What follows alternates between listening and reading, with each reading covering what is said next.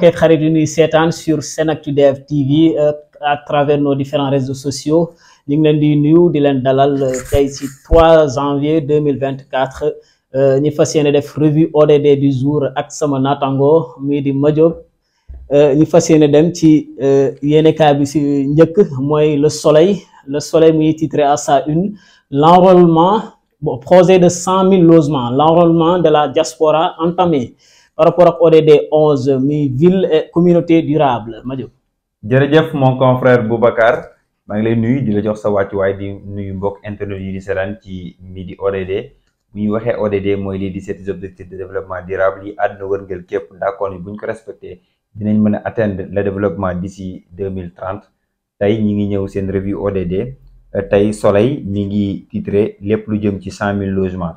ku ne xam na ni à travers PSE le président Macky Sall son excellence bokkoon na ci ay axes prioritaires am wàllu logement dëkkuwaayu sénégalais yi mu amoon un projet bi nga xam si un projet de 100 000 logements lañ ko tuddee woon bien vrai que état bi def na ci ay communiqué ni def nañ ay jéego ku ne gisoon na ni président fan yi mi ngi newoon au niveau de la diaspora surtout plus précisément fii ci Afrique di wax di jéem a enrôler di jaay destination 100 000 logements yooyu pour ñi nga xam si mooy doomu Sénégal yi nekk ci sous-région bi Boubacar ñu mën a ñëw bindu ci 100 000 logements yi gis nañ fan yi passé demoon nañ au niveau de Kébémer pour joxe fa ay HLM yoo xam si diwaanu HLM war nañ ci mën a bénéficier wu mais à chaque instant rek lan lañuy laaj mooy ñu def auto évaluation xool 100 000 logements yooyu fan la toll ndax gis nañ ñuy jaay destination 100 000 logements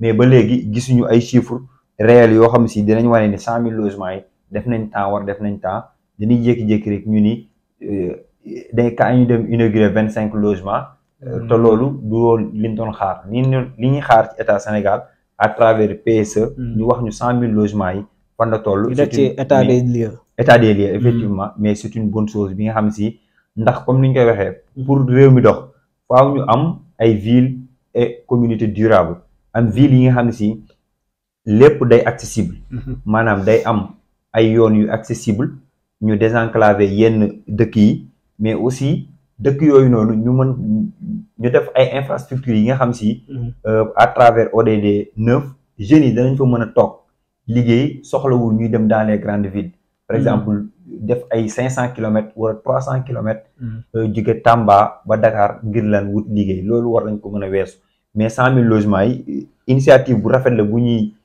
saluer que Sénégal war a mën dem foofu ay logements sociaux pour que nit ñi mën ci bénéficier wu ñi nga xam ne dañoo néew doole mon confrère Boubacar. waaw mën nañ jàll Madiop kon ci yéenekaay bi ci topp sans plus tarder muy le Dakarois quotidien bu ñuy titré par rapport ak sous-titre bi ne ci suuf mooy crise imminente dans le secteur de la boulangerie mois de janvier et février sans pain par rapport ak ODD 12 muy consommation et production responsable. merci mon confrère boobu dañuy dem ci ODD 12 di consommation et production responsable ndax comme li ñu koy waxee rek pour suba suñu réew yi dox il fallait que ñuy gëstu néew bi doole gi te bu ñu waxee mburu yaakaar naa ni sénégalais les 18 millions sénégalais mën naa ni 17 millions yëpp njaayeen yeeg ñi sant si bu ñu xëyee suba li ñuy njëkk def mooy jëndi wuti mburu mburu moom yaakaar naa ni dafa nekk si suñu kii alimentaire dañ ko tàmm de telle sorte que bu nekkee ci crise rek da ngay gis population yi surtout jigéen ñi bokk na ci denrée de première nécessité dañuy am problème te gis nañu suñu mbokk boulanger yi ñi ngi def alerte que ni bu fekkee ni seen ay revendication état bi jëlu ko en charge ñoom dinañ jël seen ay responsabilité dem grève te yaakaar naa ni bu ñu waxee wàllu mburu dañuy laal ODD 1 muy pas de pauvreté mais ODD 2 fin 0 te yaakaar naa ni comme ni ñu koy waxee rek nekk ñu ci réew yi nga xam si ku ci ne du loola neex ngay dékkee mais mburu bi moom war nañ cee mën a taxaw ñu bañ a dem grève ndax booy xool tey Boubacar secteur mburu bi waxuma sax consommation bi ko nit ñi def mais ñi ci yëngu femme bi yor kiosque bi ah boutiquier bi mais aussi boo xoolee ñi nga xam ne si comment dirais-je boulanger yi boulanger yi ñaata nit ñoo fay liggéey ci chaîne mburu mi kii ñi yanu farine bi kii jaay farine bi mais aussi boo ñëwee main d'œuvre bi yaa ngi dégg ñoo xam dañuy liggéey suba di liggéey ngoon kon tey secteur boobu nekkul secteur bu ñuy négliger di lancer wat appel état que mu gestu néew gi doole gi à travers ODD 8 di travail décent et croissance économique duñ ko tàyyeeg di wax Boubacar réew mi pour mu dox il fallait que ñu gestu les couches les plus vulnérables mon confrère waaw muy lu am solo ma jox mën nañ jàll directement kon ci yenn kaay bu si topp moom mooy révélation mu ñuy titré par rapport ak gaz butane de 6 kilogrammes introuvable mu ne mauvais cadeau de fin d'année pour les menaces. Malheureusement pour les menaces. Ok.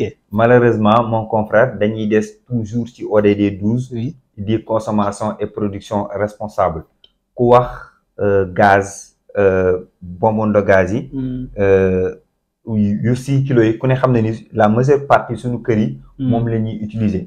ñi am doole ba am doole dañuy jël yu 9 kilos yi wala ñu jël yu 12 kilos yi mais ku ne xam ne ni la population sénégalaise parmi les 18 millions de sénégalais. néew gi doole ñoo ci ëpp ñoom li ñuy utiliser mooy gaz yu 6 kilos bi. te gaz 6 kilos bi su manqué rek da ngay gis ni day am répercussion ci revenu famille bi. ndax tey. suñu kër yi ni mu bindoo nekkul kër yoo xam si pour nga taalee fa comment dirais-je fourneau problème la mat kenn waxaale wu ko tey jigéen dañuy am jafe-jafe lu ci bari ndax góor ñi amaana ñooy jënd gaz mais jigéen ñi ñoo ci am jafe-jafe yu metti yi te buñ nee Sénégal bientôt dafa war a nekk pays boo xam si day produire ci wàllu gaz ak pétrole kon ñuy am jafe-jafe yi yaakaar naa ni état bi bu doon respecté na délai yi mu waxoon par rapport à consommation gaz ak pétrole bi war nañ ko war a mën a exploiter mais di lancer waat appel solennel à l'état que mu gëstuwaat encore une fois la population rawatina jigéen ñi nga xam si tey bu problème mu gaz amee ñoom ñoo ciy gën a sonn loolu laa amoon par rapport ak ODD 12 mon confrère. waaw mën nañ jàll ma jóg kon ci kii bu si topp revue bu si topp mooy le journal Point Actu présidentielle 2024 ça risque de se jouer sans les femmes. waaw mon confrère comme ni ñu ko waxee rek doy waar de. ODD 16 paix justice et institution efficace. duñ ko tayee di wax. réew pour mu dox faaw mu am ay bànqaas yu dëgër. réew pour mu dox faaw mu am jàmm. mais jàmm dafay reposer wu ci ay piliers. lu mel ne justice bu ñoŋ bu amul xaar ma yàlla. amul sàmba amul demba mais aussi ci ay institutions yu efficaces le pouvoir présidentiel doxal li mu war a doxal yam ci li mu war a yam. mais assemblée nationale di parlement bi liggéeyam. mais la justice doxal boppam aussi. mais loolu yëpp mooy tax réew mi am jàmm. ñi ngi jëm nag ci élection présidentielle le 25 février 2024 ñoo ngi ci moment wu dépôt au niveau du conseil constitutionnel. mais dañoo gis ni dossiers yi dañoo gis ni ci dépôt yi parmi les 94 personnes yi nga xam si ñoo dem déposer ji 6 jigéen ñoo ci nekk te gis nañu malheureusement ce qui s'est passé en 2019 dem nañ ay élection présidentielle yoo xam si malheureusement jigéen bokk ci te tey avec filtre parrainage bi le même scénario risque de se répéter ndax booy xool tey filtre bi bu ñu nee premier jour 20 personnes ñoo jàll 3 kese ñoo validé seen parrainage nga ñëwaat deuxième jour bi ñun la parmi les 20 2 personnes rek ñoo ci validé kon ça pose problème te est-ce que du nekk bolokis ci jigéen ñi aussi te yaakaar naa ni pour taaral suñu démocratie parité sax au moins war nañ ko mën a jox gëdd sax waaw parité xëy na bon peut-être dina compliqué mais daal wala jigéen yi booloo tamit boole seen doole def benn coalition nga xamante ne coalition féminine lay doon ña taxawal seen parti politique pourquoi pas pourquoi pas mais moo leen di gën a may doole que ñuy dispersé wu nii ku nekk bëgg a demal boppam tamit waaw malheureusement que loolu amul comme ni nga ko waxee jigéen ñi xëy na bu ñu manko woon mais peut-être suñu maturité démocratique agul foofu wala boobu sax xëy na niñ ko tëggee mais gis nañ jigéen ñi nga xam si ñoo jot a déposé gis nañ ci ancien premier ministre l'ancienne première ministre madame Aminata Touré mais Amsatou Sow Sidibé Aïda Mbodj Soham El Wardini moom je pense que déjà invalidé ak Anta Babacar Ngom mi nga xam si révélation la ñëw dernière minute def percée bu am solo connu de tous les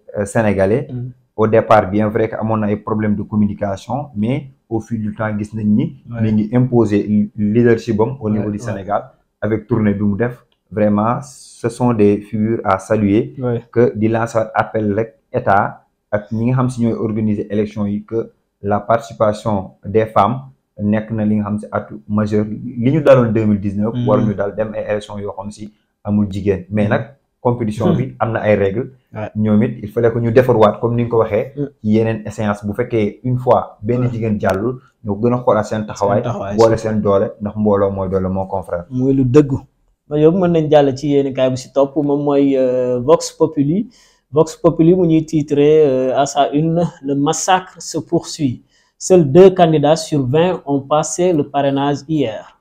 waaw merci mon confrère mooy li ma doon wax léegi rek démb ñaari candidat dong ñoo jàll te wax nañ ko dans un pays sérieux mënuñu am plus de 266 personnes dem retirer seen fiche de parrainage ñu dem ci déposition caution yi ak dossiers yi on a eu que 96 personnes parmi les 96 personnes 40 yi jot a jàll 5 ñoo validé d'office ñeneen ñi peut-être ku mel ne le cas l'ancien premier ministre président ki nga xam si mu CCE mooy kan Idriss Seck dafa dem rattrapage Pape Djibril Fall dafa dem rattrapage ak yeneen figure mais gis nañ PUR dafa validé avec moom 202 lay def rectification et loolu dañuy poser waat la question un peu ci fiabilité wu fichier électoral bi ndax gis nañ ay candidats yu dem ba yegg aussi ñun leen seen clé bi war a seen lii jàllul kon dañ leen di invalider. les surprises am na fi tamit de Madio mooy le professeur Daouda Ndiaye moom moo réussir haut la main waaw moom dafa ñëw rek déposer rek affaire yi ñu ne ko mojji waaw Ndiaye ni moom xam nga dañuy yor gàllaaj mes moo tax waaw ñu ngi làqu suñu invité mes yooyu ñuy takk baax suñu invité bi Ndiaye la dina ñëw après vidéo de mu leeral ñu ko moom daal moo cëpp ni lay ci langue gi fi gars yi politiciens yi échec kàngam yi yëg yooyu na moom mu ñëw rek fël mu ñëw waaw mu nekk muy prouesse la loolu mooy wane ni aussi affaire yi kenn moomu ko waaw affaire yi kon moomu ko comme ni ñu ko waxee koo xam kenn xamu ko mu ñëw jàll mais aussi ñi ko parrainé tamit ce sont des personnes des Sénégalais yi parrainé Benno Bokk Yaakaar parrainé Déthié Fall mu jàll parrainé boobu président Boubacar Camara Diallo ñoom ñoo ko kii kon donc ñiy poser la question par rapport à l'efficacité du parrainage kon war nañ xam ni Sénégal c'est un pays mature effectivement et aussi loolu c'est à saluer avec un peuple mature waaw un peuple qui sait distinguer aussi le vrai du faux te ba pare la majorité silencieuse tamit effectivement du ñu bokk ci ay mbumbaay ak yooyu noonu de mais bu vote jotee ak yooyu noonu différence bi foog nga koy xamee nag waaw foog gars yi bàyyi ci xel nag waaw mën nañ jàll ci beneen journal bu si topp Madio moom moo di bon daanaka fa lañ yem directement dañuy enchaîner ak midi ODD waaw jërëjëf mon confrère Boubacar mbokk internet yi ñu doon seetaan ci midi ODD bu loolu la ñuy indil revue ODD ku wax revue ODD ku ne xam na ni chaque jour dañ koy def wane li gën a fës ci yéenekaay yi lu jëm ci développement durable mon confrère Boubacar dama lay bàyyi ak sa invité di monsieur El Hadji Abdoul Aziz Ndiaye ngeen ñëw ngeen war a waxtaanee thématique bu am solo lu jëm ci wàllu littérature mon confrère ma bàyyi la ak antenne bi. Merci Madio, merci à vous très chers internautes. Restez scotchés. Tout à l'heure on va enchaîner directement avec monsieur El Hadji Abdoul Aziz Ndiaye. El Hadji Abdoul Aziz Ndiaye léegi mu toog incha allah comme ça ñu daal di dugg si émission midi ODD di Olivier ñu fas yéene waxtaanee ci thématique bii di la production littéraire au service du développement. Alors avant may dugg dans le vif du sujet disons damay lire citation bii nii moom laay accueillir sama invité tey. Citation Kafka la Kafka Franz Kafka. Alors qui nous dit on ne devrait lire que des livres qui nous piquent et nous mordent. Si le livre que nous lisons ne nous réveille pas d'un coup de poing sur le crâne, à quoi bon le lire? Sur l'esprit n'est pas libre tant qu'il n'a pas lâché prise. Monsieur El Hadj Abdoul Aziz Ndiaye maa ngi lay nuyu di la dalal fii ci SENactu Dev ma lay bàyyi nga nuyoonteeg mbokk internet yi ñuy seetaan. waaw Boubacar ñu ngi leen di nuyu. di leen fay nuyu aussi. di leen jaajëfal si invitation bi. xam naa ne ñu xool nu ñuy fexe ba. li ñuy wax mu leer. waaw dina ci am solo alors vous êtes étudiant en master de droit privé à l'université numérique Cheikh Hamidou Kane. Et par ailleurs écrivain et poète. Alors bind nga livre bii di. La plume pleurante. Alors est-ce que mën nga ñëw exactement ci la plume pleurante d'abord nga wax ñu yow yaay kan ak sa poème recueil de poèmes bi nga bind mooy la plume pleurante nga expliquer nous qu'est-ce que vous voulez expliquer par là. Une plume qui pleure. Une plume qui pleure, voilà. Machallah. Cette plume-là va beaucoup pleurer, malheureusement. Allez. Donc man maa ngi juddoo fii Ndar dëkkoon jàmm fii. Actuellement résider aux HLM. Oui. Voilà maa ngi amee sama CFEE école Boli Diaw. BFEM maa ngi ko amee Sem Amadou Dougay Clédor. Sama lycée maa ngi ko passé. Au niveau du lycée Cheikh Oumar Foutiyou Tall ex-Faidherbe. Foofu sax c'est la gën a foofu nag c'est la amee passion littéraire bi particulièrement ndax foofu laa commencé bind. Dans le cadre de mes activités au niveau du club OMD qui est devenu ODD. Voilà foofu loolu parcours bi après cela ñëw ñu orienté ma mis sama bac en 2017. ñu orienté ma au niveau de l'UVS. bi ñu rebaptisé léegi Cheikh Hamidou Kane. foofu la publié nag en 2018. recueil boobu ñu naan la plume pleurante. Oui. xam naa nag leen jaaxal mooy. neex na de intitulé bi. la plume pleurante. waaw. neex na ça dépasse sur les goûts. Allons-y expliquez-nous. Voilà parce que li tax ñu ne que la plume pleurante. Plume c'est le symbole de l'art. Oui. De la connaissance. Maintenant bu ñu demee nag ba connaissance di jooy. il y a deux choses. Il y a un problème. étouffé nañ ko. wala déglu wuñ ko. ñaar yooyu rek a am. étouffé nañ ko. ça veut dire que personne ne veut lire. Ne veut plus lire. Ne veut lire. J'ai dit. Je dis ne veut plus lire. Je ne dis pas que ne veut plus lire. D'accord. Je dis personne ne veut lire. Ah bon? Allez-y, expliquez-nous encore. lu tax ma la personne ne veut lire. da ngay gis ku jël temps. ak bind yu mu mettee si ñi ko xam. xamante des fois nga toog te di nelaw wala ba si yàgg rek. dara ñëw sa bopp bi si saa si nga jóg rek bind. ci lëndëm bi nga nekk di wët big ak feuille pour transmettre loolu. donc boo ñëwee def sa production littéraire.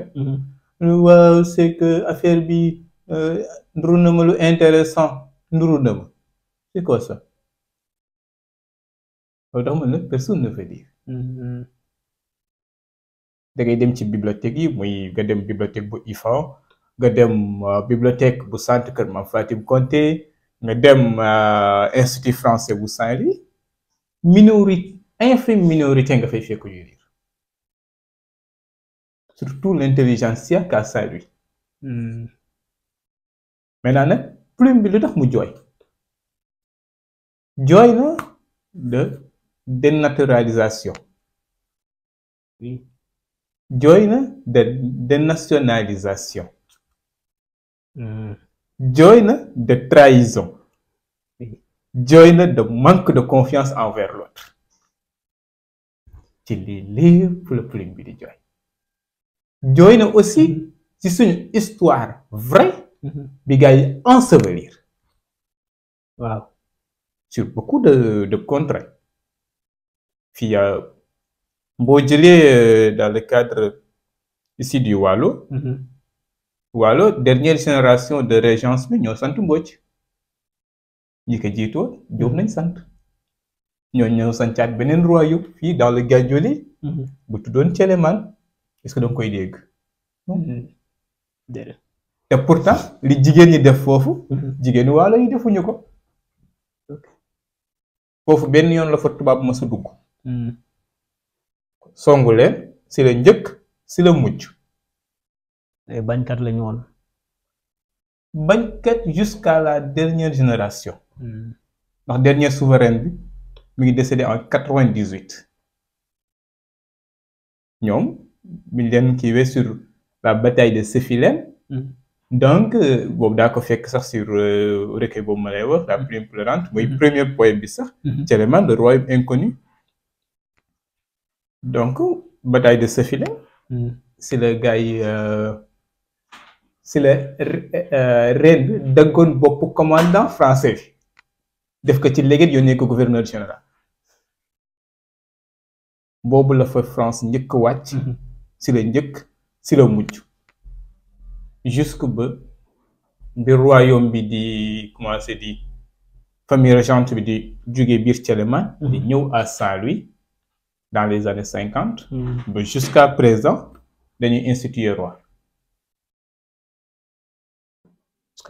jusqu'à présent l'actuel roi réside à Thiès si décembre bi rek ñëwoon na fi nu mu tudd nay leer dañ ko bëgg a xam nay leer non yooyu boobu après on en discutera dans une autre chose dans une autre émission. Pourquoi casser son nom? L'actuel roi? Ouais. Pourquoi? Oui. Est-ce que je lui ai pas demandé l'autorisation? Pour divulguer son nom. D'accord, ça se comprend. C'est une famille très protocolaire. D'accord. Am na solo. Maintenant par rapport ak citation bi ma jugee lire nii mi Franz Kafka mi prôner en quelque sorte une éveil des consciences disons. Oui. Waaw yow par rapport ak yow sa plume pleurante moom lan mooy mission am. Plume pleurante bi boo demee ma la si kii da ngay dem ci le poème Pays hors du commun. Un pays où règne la discorde, où la désobéissance est d'ordre, avec une force qui ne sauve rien, police et gendarmerie prise en flagrant délit. Des officiers qui se renvoient la balle, des délits comme s'ils ne sont pas des élites. C'est qui l'auteur de ce poème? Moi-même. C'est vrai que j'ai pas eu vos livres au préalable pour pouvoir d'en discuter avec vous. Voilà, ça mais expliquer quand même, c'est intéressant. Foofu loolu nañ ci wax. Avec des dossiers ou des romans incriminants l'un ou l'autre avec un brin de politique. Okay. La littérature ne peut pas être neutre. Oui. Ce n'est pas tout rose, mais aussi ce n'est pas tout à fait sombre. C'est vrai. C'est clair, obscur. Oui. Il faudra le concevoir comme ça. Maintenant, ce qui réveille la conscience de l'être ne peut pas être douce.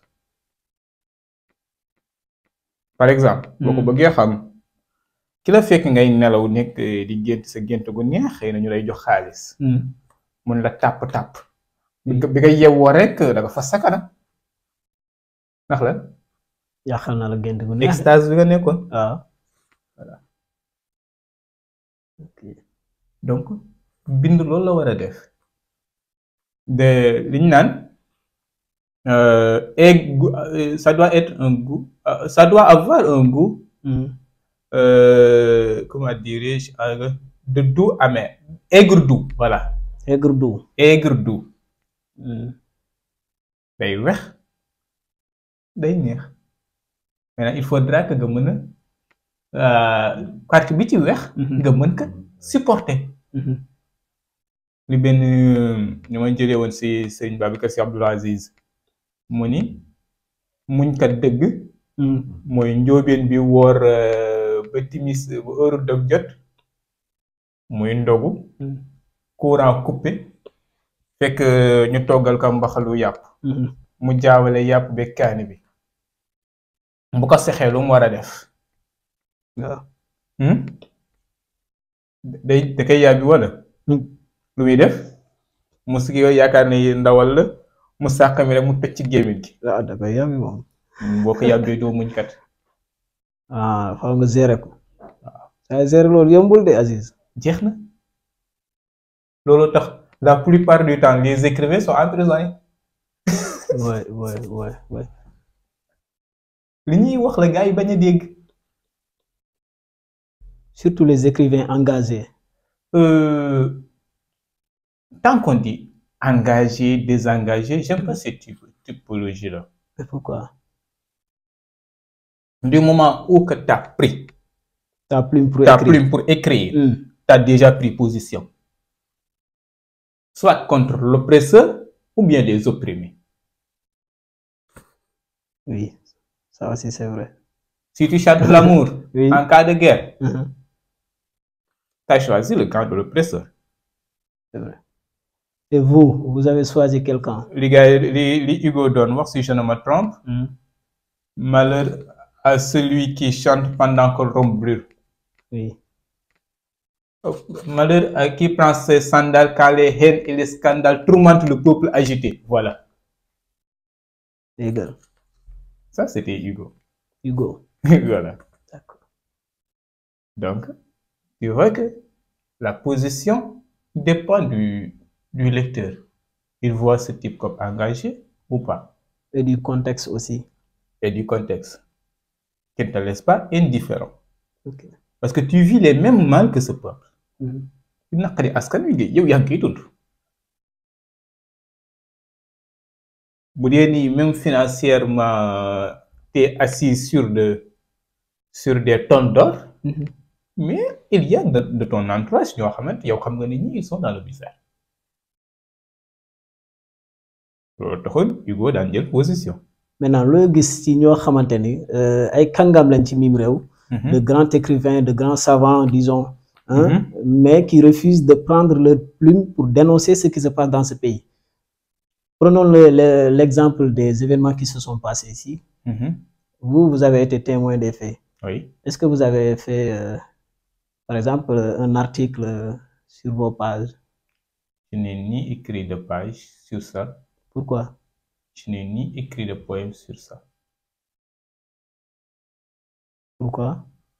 Pour la seule et simple chose que chaque chose a un prix.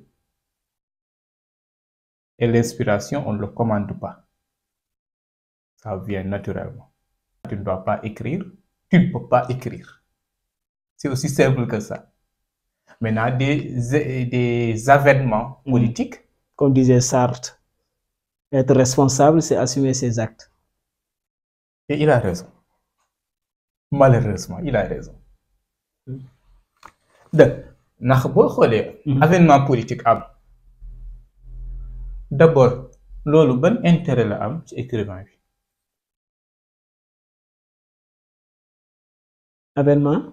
Avènement politique. Oui. Je n'ai pas dit événement. Avènement, j'ai dit avènement politique. Waaw.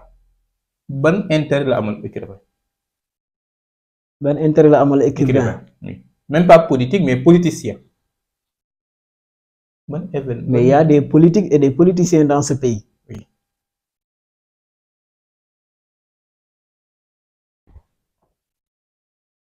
C'est ça.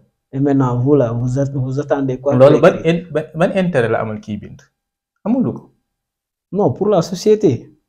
Buy bind vous écrivez par exemple pour la société. Un écrivain anticipe les choses tout le temps. Voilà. buy wax Ça, je suis d'accord. instant bi muy wax waaw dañ naan ko ay waxi dof nga fiy wax. waaw. ma lay wax naan la sur pays hors du commun. am na si dernière fois dama ni. J'espère que lorsque cette galère s'arrêtera, il n'y aura pas des rats et des fainéants ingrats. Même problème la ciy teel a wax. Mais duñu déglu. Comme disait le président Abdou Diouf, l'alerte précoce n'est jamais suivie d'effet. C'est juste ça.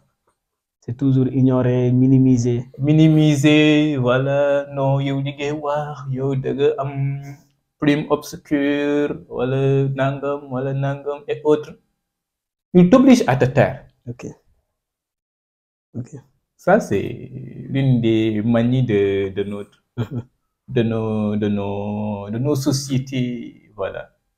Alors, Aziz, vous en tant que poète, d'abord, qui est-ce qui vous a inspiré à vous investir dans l'écriture de la poésie?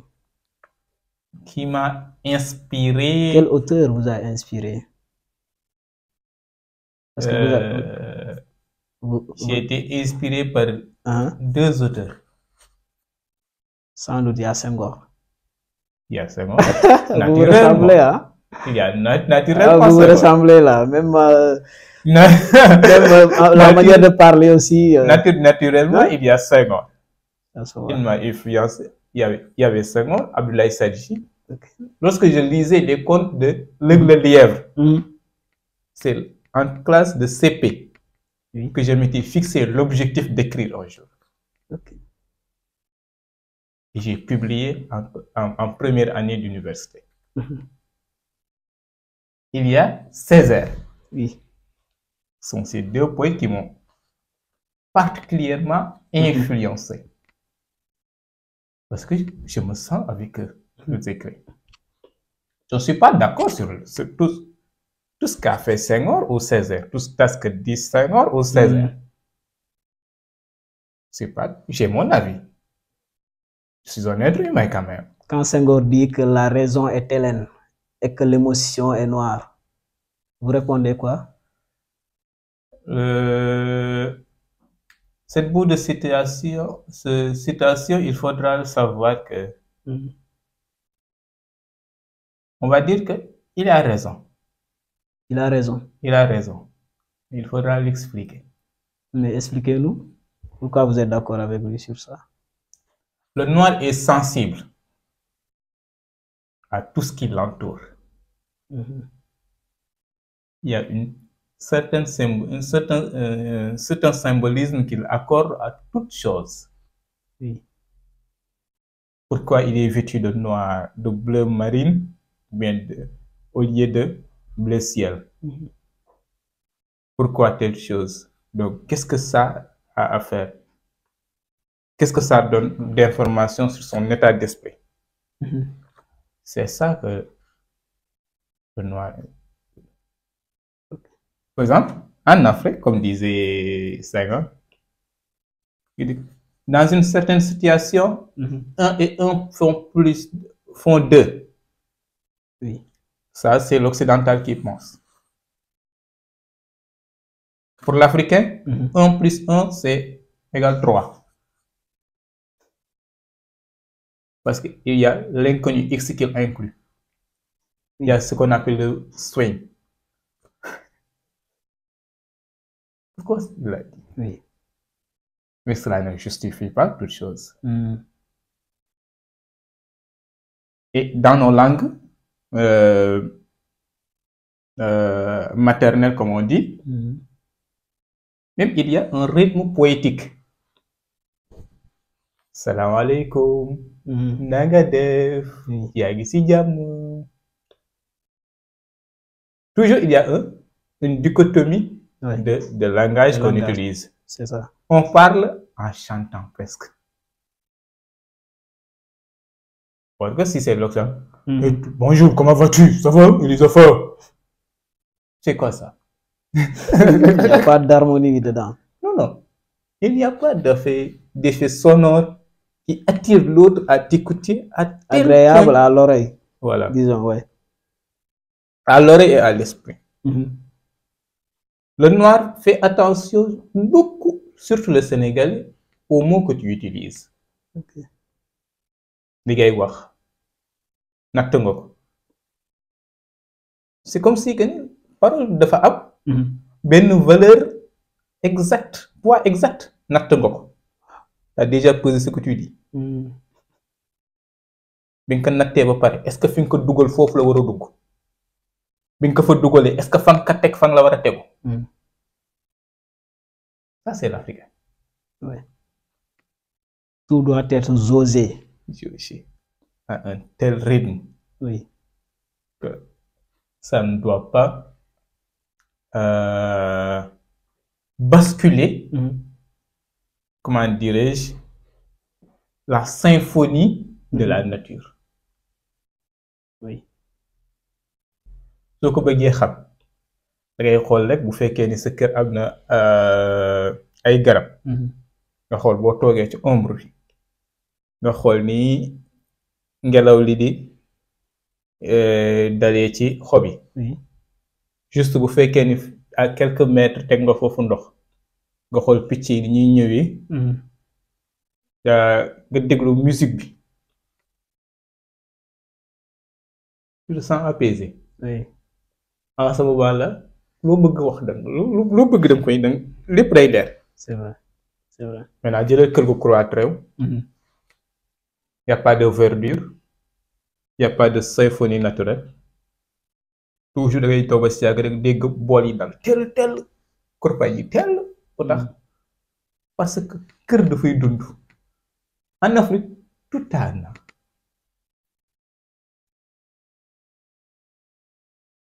naan la sax ba ci fauteuil yi dañuy bég si boo ci toogee. C'est vrai. kon ki xalaat ni fauteuil bii de dafa su ma si toogee nii day bég ndax mi ngi may instant bii ma ci toog di ci wax loo xamante ni di jëriñ. mi ngi may ñaanal yàlla ma gudd fan pour li may wax mu gën a jub. waaw. C'est ça notre pensée. Au niveau la li ngay wax. yaa dugg sur l'aspect poétique.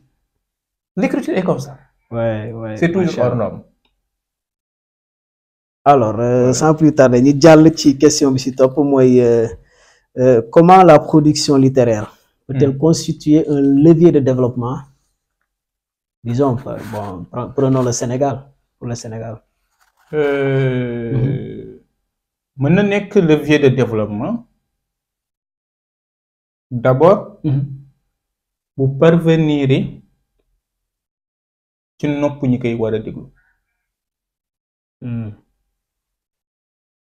Comme le disait Jean-Paul Sartre, il disait nul ne peut se dire écrivain s'il n'a pas fait de production écrite et que cette production écrite soit disponible au public et que ces derniers le reconnaissent comme écrivain. En ce moment-là, il peut espérer être écrivain. Donc c'est toute une chaîne. Ok. D'abord foog bind bi am. Bind boobu nag ci ban domaine la. Bu fekkee ni fii par exemple Sénégal ouvrage politique yi ñoo gën a dox. Ouvrage littéraire yi wax dëgg sa yàlla. waaw moom dëgg la. loolu nañ ko xam. Sur ces ouvrages politiques là. Ou bien mën nañ ko de littéraire nag. ndax pour mu nekk ouvrage littéraire ndax pour les ouvrages littéraires da ngay xam ne dafa am classification. Dafa am recueil de poèmes. Am recueil de nouvelles. wala am essai. am roman. am théâtre. waaw. lii mooy. yi nga xamante ñoo nekk genre yi nekk dans la littérature. yeneen yi il y a des livres nag yoo xamante sont des livres programmes des livres de pensée politique des livres autobiographiques et cetera. yow ci ban genre littéraire ngay yëngu lu bari. man pour l'instant poésie laay bind. poésie kese. kese maa ngi daal ak samay way ku bëgg nag bàyyi ma ak samay way voilà. way yeete. waaw dans tous les cas ndax pour que d'abord il faudra que nga mën a conscientiser nit ki. oui. donc ouvrage littéraire yooyu yi nga xam ne dañuy conscientiser. ba pare di wax sur des domaines économiques bien précis. par exemple am na ñu bind sur l'exploitation minière. am na ñu bind sur le leadership développement personnel. am na ñu bind sur l'entrepreneuriat. am na ñu bind. bu dee dans le cadre sénégalais ça j'en ai pas trop d'informations. mais li ma xam mooy dans le cadre global. am na si yenn yoo xamante ki woon naa ko fii je l'avais noté quelque part. comme Half of the Sky. bu Nicolas Christophe ak Cheryl Wooden ñoom dañ doon wax sur les défis que font face les défis auxquels les femmes font face dans le monde et proposent les solutions pour promouvoir leur émancipation. C'est intéressant. waaw ñooñu si loolu nañu wax. am na ko waxit aussi muy Thomas Piketty moom le capital au 21e siècle. Ça c'est dans l'économie globale. Oui, oui. am na it d'autres Silas Prying bu Rachel Carson. moom sur l'impact des pesticides dans la nature. li may gis nii yëpp ñi ngi may liimal nii yëpp dëkkuñu Sénégal. ñi ñëpp dëkkuñu Sénégal ñi ma la waxal nii ñëpp ce sont des soit ce sont des Américains des Européens etc. du ko li ma la wax xanaa am ne la fii biir Sénégal. ñi siy wax si domaine yooyu ñi si ëpp dañ leen museler. il n'y a que d'ouvrage yi nga xamante. ok. xanaa il y a bu may citer xanaa sur mën naa citer solution bu Ousmane Sonko bi xamante moom il a parlé de manière globale sur l'économie de manière générale. ak pétrole et gaz. waaw ak agir bu Thione Niang mooy leader Guy One Project. voilà ñoom ñaar daal laa ci xamagum si ñoom. Boubacar Camara bind na mais nag tuuru ouvrage bi laa fàtte mais lu am solo. Boubacar Camara bind na mais presque moom vision lu mu am ci Sénégal la wax. basé sur son programme. waaw. donc programme la def. waaw léegi en votre qualité d'écrivain. est-ce que mën nga def benn analyse. ci auteurs sénégalais yi. par rapport à leur production livresque. Bonne analyse nga ciy def. Dans quel domaine? Dans tous les domaines. Dans quel domaine? Il faut être précis nag. Auteurs sénégalais yi kan? Dans le domaine du développement. Dans le domaine du développement ñaar laa si wax ndax li ma xam laa si wax. li ma la wax léegi moo ci ne. Sénégal dafa am benn problème majeur bu am. mooy ni la plupart des écrivains n'ont pas accès aux fonds de promotion des activités culturelles au ministère de la culture FODED bi. am na écrivains yu bari jotuñu si. te par exemple nga jël benn livre. bu fekkee ni amul maison d'édition bi deful kii bi. image de couverture et autres maanaam mu def ko fond blanc presque mën nga dépenser 2 millions. waaw. ce qui signifie que nguur bi taxawu leen ci côté boobu. mi ngi jéem mais des na. mais des na lool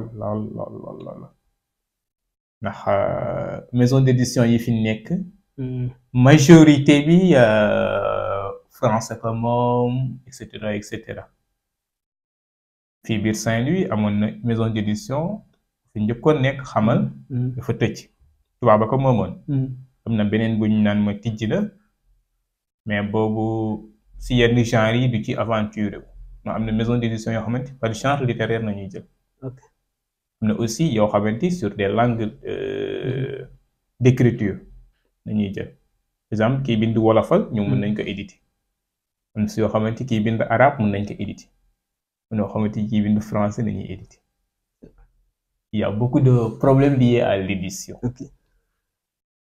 léegi ñu jàll ci citation bii di l'écrivain le savant Cheikh Anta Diop. Voilà mi ngi xamal aucune nation n'est sortie du sous-développement par le gouvernement à travers une langue étrangère à moins que le processus d'acculturation ne soit devenu irréversible. Nation nègre et culture. ci ouvrage boobu la ko bind. alors lan la lay inspiré yow te d'ailleurs yaa ngi doon citer ay auteurs yoo xamante ni. ne sont pas sénégalais. ne sont pas africains. léegi boo ko comparé ak li Senghor wax ni ñun ñuy jël suñu langue ak yow mii di bind ci français. say recueil de poèmes. lan ngay tontu li Senghor wax fii nii. li Senghor wax wala li Cheikh Anta wax.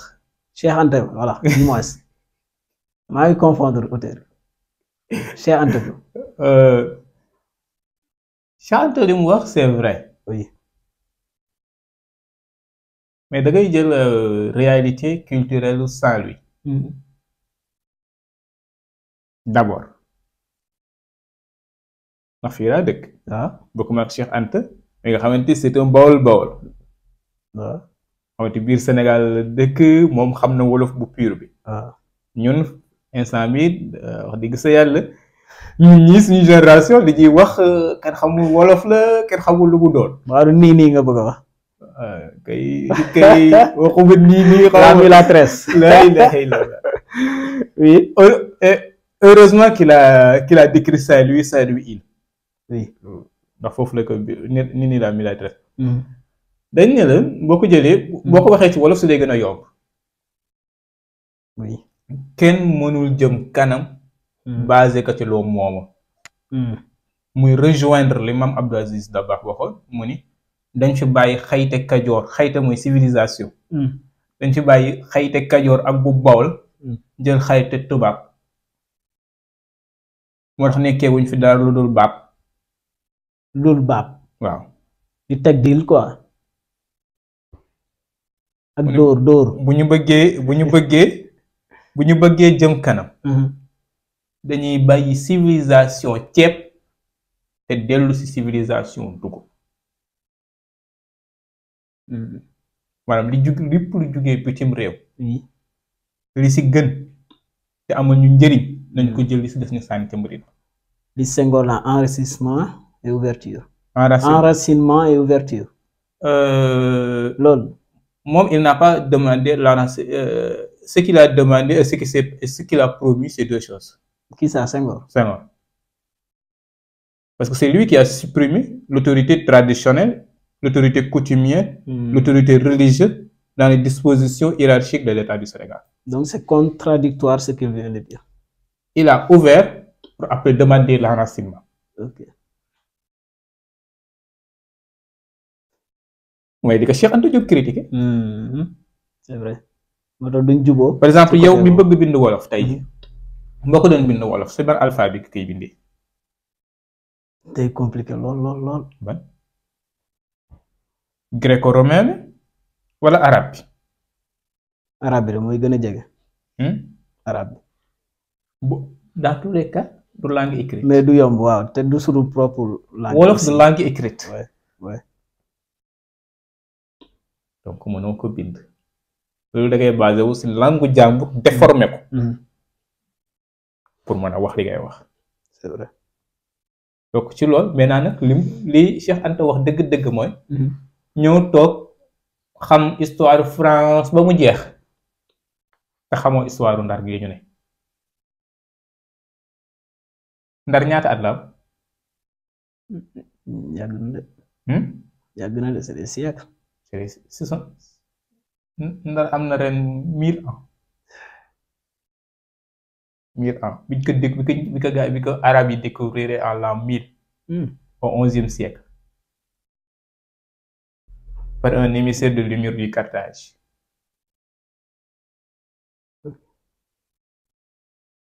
si la tuddee woon Ndar daari salaam daar googu la gaa yi yàq de Ndar boo ko bëggee vérifier bindal daar ci arab nga bind Ndar ci arab même lettre bi la loolu ma job dina ci jël xam-xam dina ci bind xam naa même man mii sax dinaa ko bind jeex na waaw lu am solo la kon ci lan lañ koy basé maintenant fii kan moo fi wax si même Ndar sax yàgg bëre na si ñun ñi na fi kenn wax juróom-ñaari maamam yu tegloo Majo war na ko man kooku moom dafa amoon délit bu mu defoon moo tax moom comme délictuel la dañ kaa condamné te dañ kaa condamné moom waaw voilà te moom sursis la nekk ba émission bi di jeex loolu condamné ñëppay am jàmm d'accord donc loolu problème bi d'accord léegi loo xalaat ci utilisation de nos langues nationales entre guillemets comme yow daa mel ne kii woo ci loolu li naan langue nationale l'utilisation de nos langues tout court dans notre système éducatif ak aussi des productions livresques de nos auteurs dañ kaa yéex a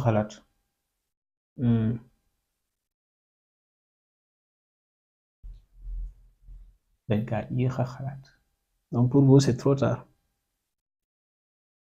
boo jëlee suñu mag ñi li ñu bind yépp ñun lan lañuy nawee tubaab moo jaaxal jël nga sa bopp metti na jël nga comprimé seeyal ci ndox naan comprimé bi ay produits chimiques la tey jii boo ñëwoon ma jóob ne la boo ñëwee de su ma nee ngulum ëf sa bopp bi sedd nga weddi lool d'abord il faudra qu'on se réconcilie avec le nous-mêmes le moi profond bi philosophie di wax d'abord na foog ñu nangu lool xam ñun ñooy kan fan nañ jóge lan mooy suñu civilisation acculturation lan mooy suñu culture lan mooy suñu tradition toujours danga koy dégg ñu naan waaw ñun tubaab bee ñu indil démocratie c'est qui est faux je crois que ne royaume yi fi nekk pendant des millénaires c'est parce que ni c'est un lignée paternelle ou maternelle tout simplement qui suffit non pas ça tànn la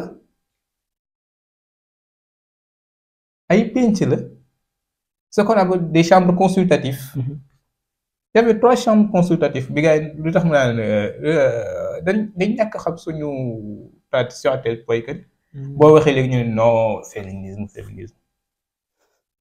c'est l'une des choses qui me dérange le féminisme parce que ñun nous avons suñu société c'est matrilinéaire c'est-à-dire c'est du lignée maternelle oui suñu société bi yëpp ça se base sur la maman oui d'abord bu fekkee ni ce qui dirige les royaumes ci ban lignée matrilinéaire ko bokk sa yaay fu mu bokk ñu xool ba xam ni bokk nga si ñi nga xamante war nañu hériter ma duñ demande trône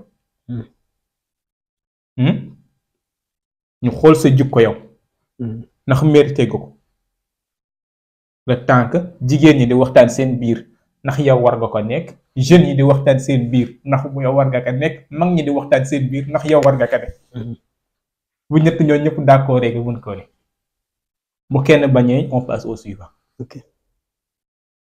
Donc il faudra que ñu dellu si waat sur loolu ba pare ñu nanguwaat xam exactement lu ne fu mu commencé suñu langue yi ñu xam origine bi olof du olof mu allifu la jàngalekat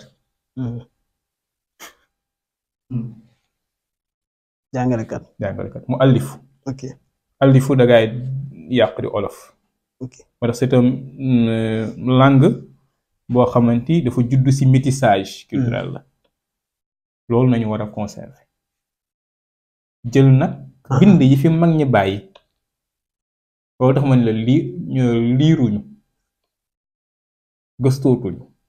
gëstuwuñ sax ndax li ñu am mooy sëñ Touba de bind na lii ñu toog di ko way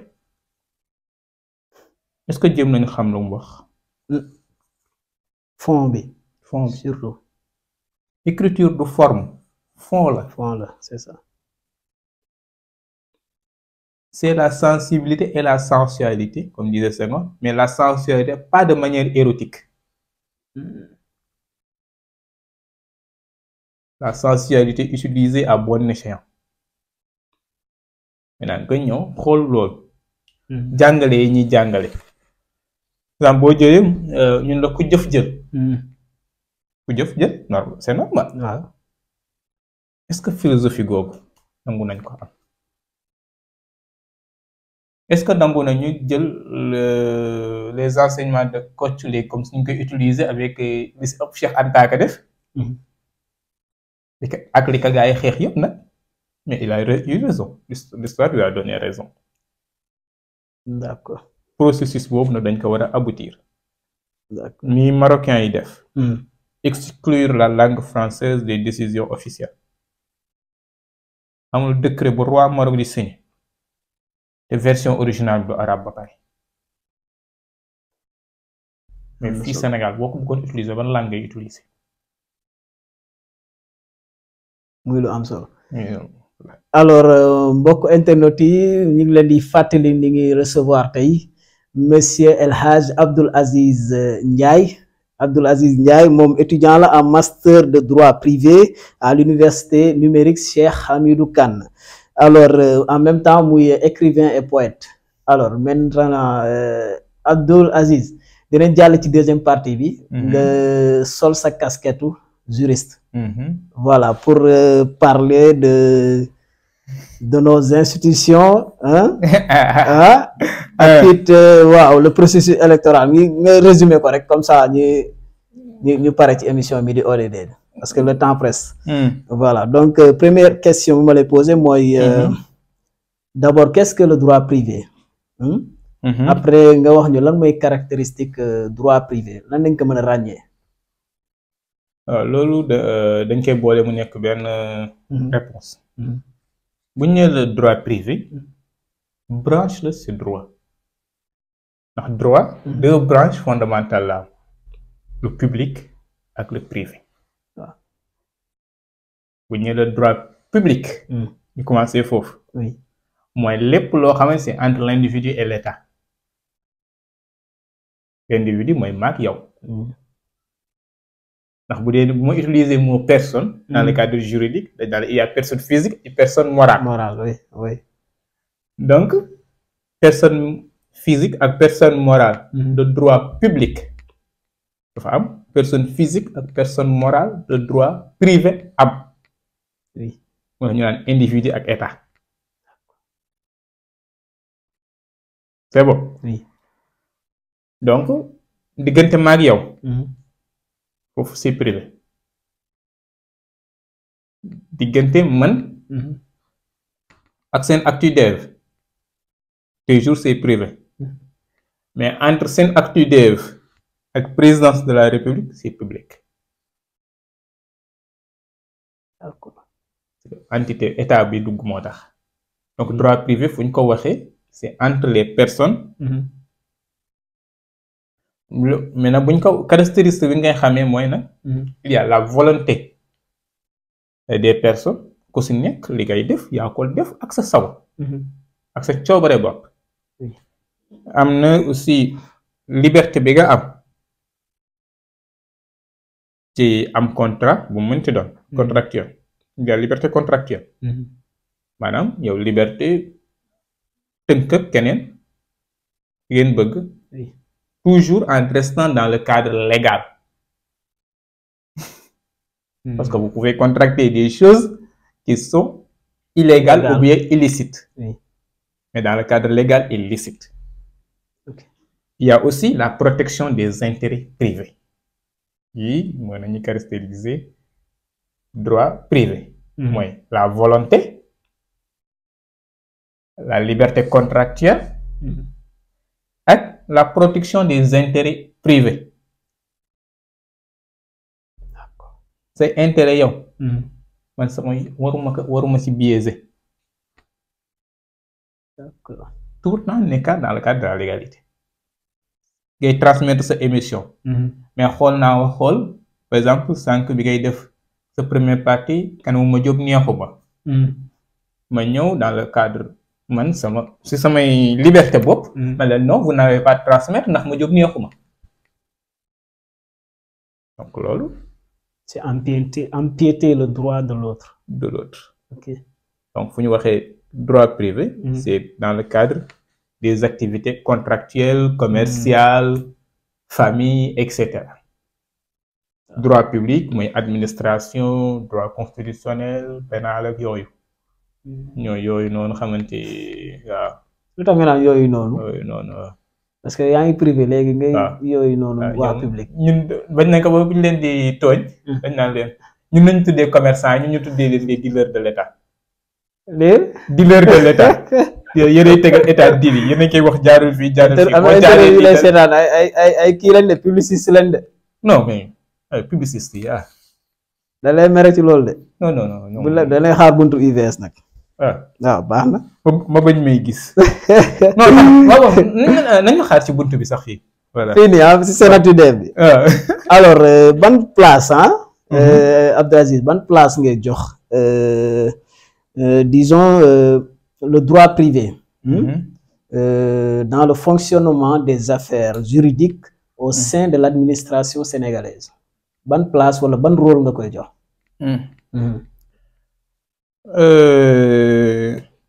rôle essentiel la ci am nag ndax ni ngay amee avocat la état amee avocat dafa am ay avocat yu état di jël hormis l'agent judiciaire de l'état bien sûr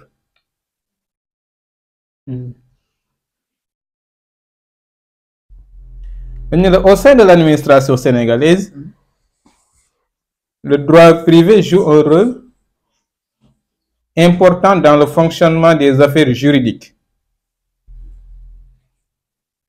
Il régit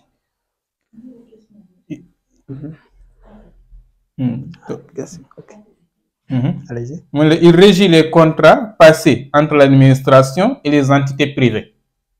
Contrat bu mënti am entre État Sénégal ak des entreprises privées. Foofu le droit privé est moom la ñuy utiliser. Ok. mu ni et aussi les litiges civils impliquant l'administration. litige boo xamante ça concerne entre ñun. mais nag dafay laal administration. comme par exemple dans le cadre frauduleux. ou bien dans le cadre de procès yoo xamante dafay am impact social.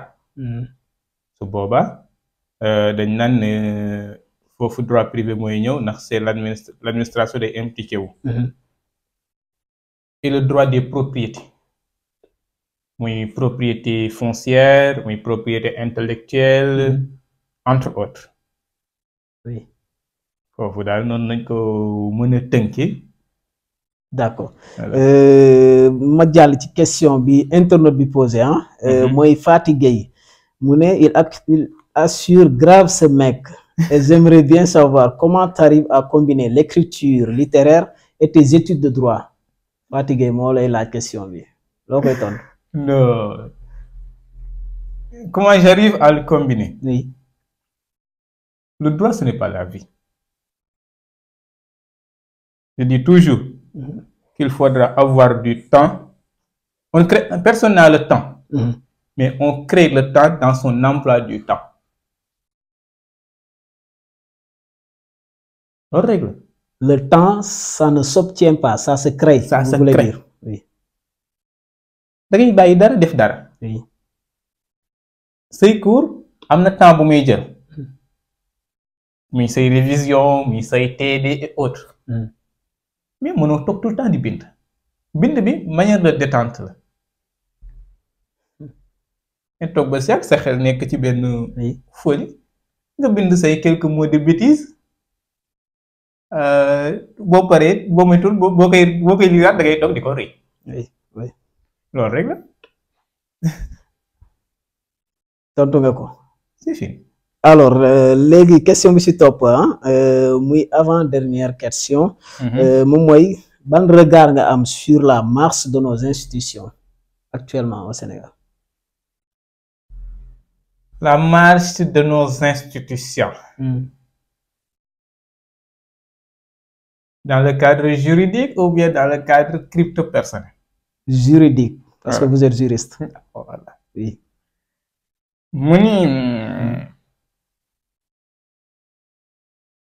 La marche des institutions diffère des pays d'abord. Chaque pays a la manière dont il a régi ses institutions. Ici, ça marche tant bien que mal. Il y a beaucoup de choses qui ont il y a ce qu'on appelle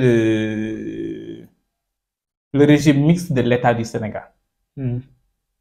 Qui n'est ni un régime parlementaire dirigé par un premier ministre ou un président du Conseil des ministres, ni un régime présidentiel dirigé exclusivement par un président.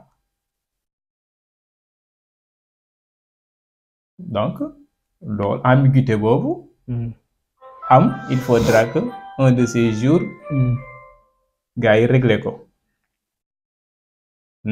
Si avancement normal des choses, toujours dina am lo xamante war nañ ko joyanti touti pour mu gëna baax. Dans l'ensemble, c'est acceptable.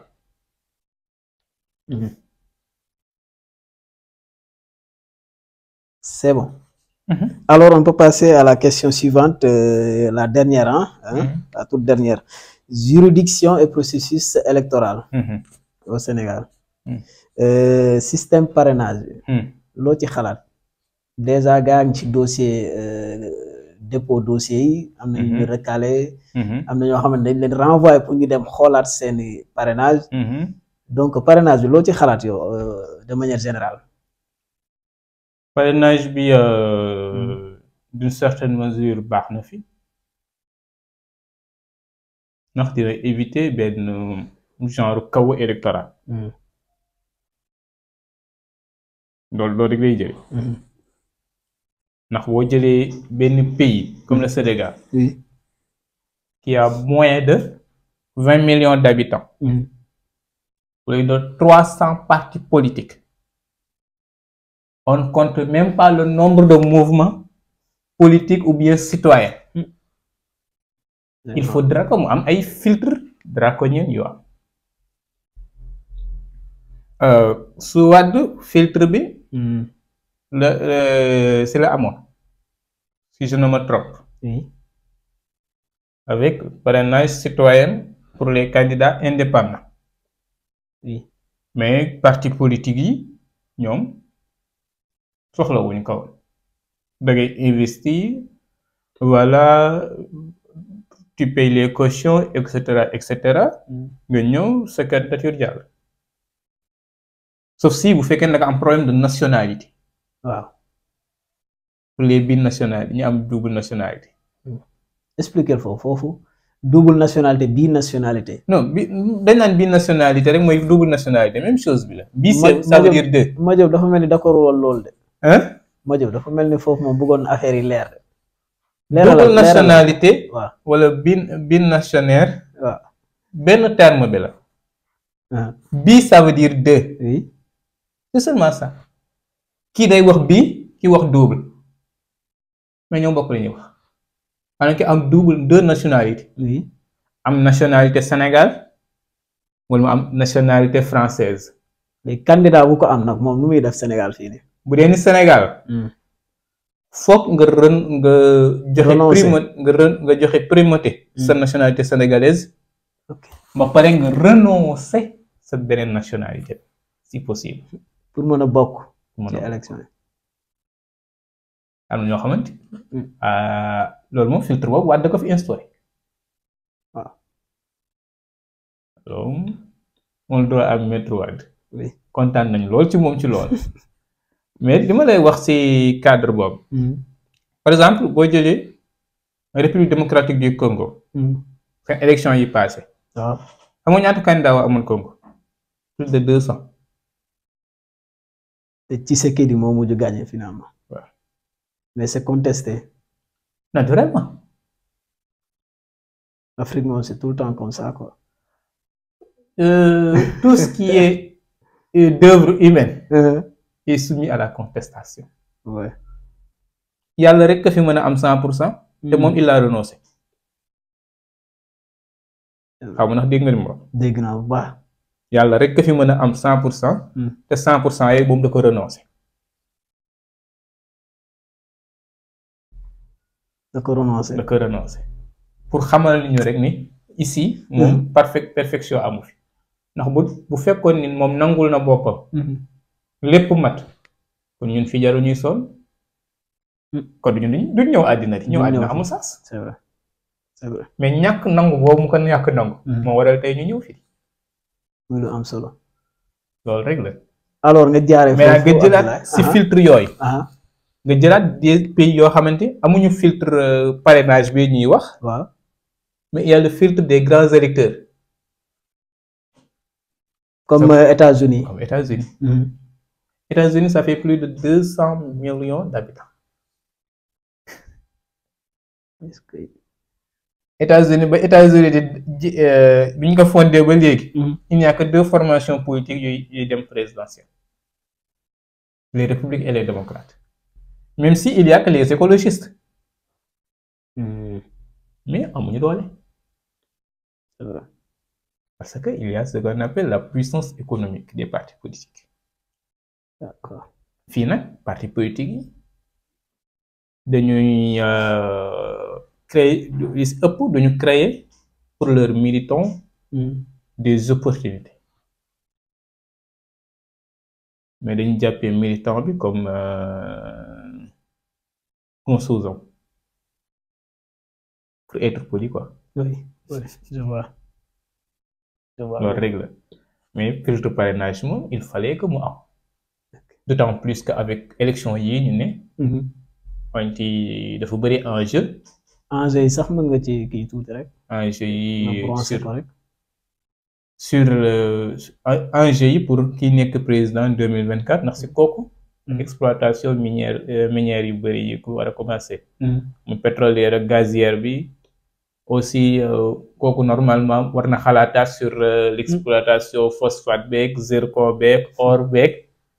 ak jamaawu njóobeen bi. il aura vraiment jamaawu njóobeen bi sur la planche hein. voilà comme on dit. donc xëy na économie boobu tax.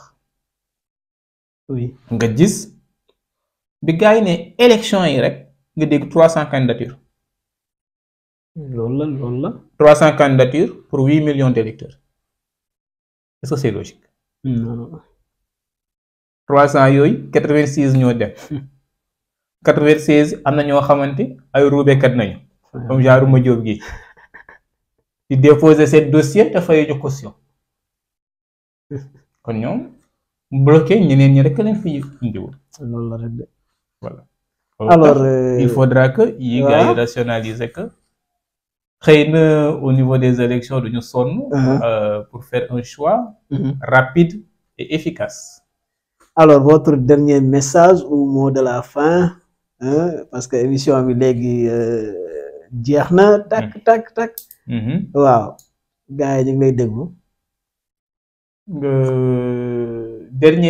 dernier message moom yàlla bu ma ko joxee bu léegi. oui moom. comment l'accoutumée sénégalais dafa tàmm lool sa dernier message sa dernier mot. waaw sa dernier mot de conclusion de l'émission daal. mën naa ko déglu. waaw joxeel gu mot de conclusion dernier message moom. nañ ñaan d'ici 125 ans. yàlla na yéex. waaw bismillah. kon ñu sant ñëpp. gërëm ñëpp. muy ñu ma bokk ak plateau bi. ñi nekk ci ginnaaw tax ba émission bi ñu mën ko émettre. ak ñi nga xamante ñoo yore jaww ji ci kaw te bu leen heure bu leen neexee ñu mën a dagg signal ñu leen di sant di leen di gërëm. wallaahi. man xam naa dimension bi ngay waxee. ñooñu ñu ngi leen di sant di leen di gërëm. waaw. ak ñiy déglu. di ñaan rek. suñu mbokk yi suñu xarit suñu am di jàmm yi ñu delloo ci sago yi Sénégal fii nañ ko fekk te dañuy dem bàyyi ko fi am nañ ko nuñ ko jotee waaye ñun buñ ko waree joxe dafa war a gën a jag mag ñu toujours dañ naan la ku iñaanee sa ndono sa deewin ñaaw kon nag ñu teel a sóoraale loolu ñu xam ni muy dans le cadre des arts et des lettres muy dans le cadre de la justice du lépp a baax du lépp a bon lépp mi ngi dépendre ci ni nga koy supporter ni nga koy encaisser ak nooy fexee ba loolu mu constructif loolu daal dañuy ñaan ñëpp te dal dellu si réew mi depuis 2021 réew mi kenn xamatul lu muy ndóol kenn mënatul wax avec le dictat de l'opinion boo waxee ñun diw ngay gaaral ba diw ngay gaaral or que kii wax bëggul dara lu dul lu jàkk wax kenn amul temps booy yàq ci loolu nag ñu ngi sant ak gërëm ñi nga xamante jaar nañu seen loxo yëpp ba ñu mën a wax ci genre émission yi muy ci fépp muy ci kër gaag école yeeg daara jaag ñëpp ndax ndar la jote fépp ngay jàggee wax donc yàlla ñi ngi sant ñooñu ñëpp di leen di gërëm di leen jaajëfal di ñaan nag at bii ñu commencé yàlla nekk ci at yi dàq si ñu xam at bi ak at yi siy topp yàlla mën na ko te nañ jàpp ne da koy def te incha allah dina ko def Inch'Allah. Si barke Seydina Muhammad sallallahu alayhi wa sallam. sant ak gërëm ñëpp. Merci beaucoup El Hadj Abdoul Aziz Ndiaye moom lañ dalaloon ci seen émission Midi ODD ñi doon waxtaane ci thématique bii di la production littéraire au service du développement macha allah xam-xam bi wér na partagé na ko ak ñun. jël nañ ci jàngat yu bare macha allah Abdoul Aziz vraiment merci d'avoir répondu à notre invitation merci à vous aussi mbokk internautes yi merci beaucoup à vous aussi nous vous donnons rendez-vous demain inchallah midi avec un autre invité d'ici là portez-vous bien au revoir.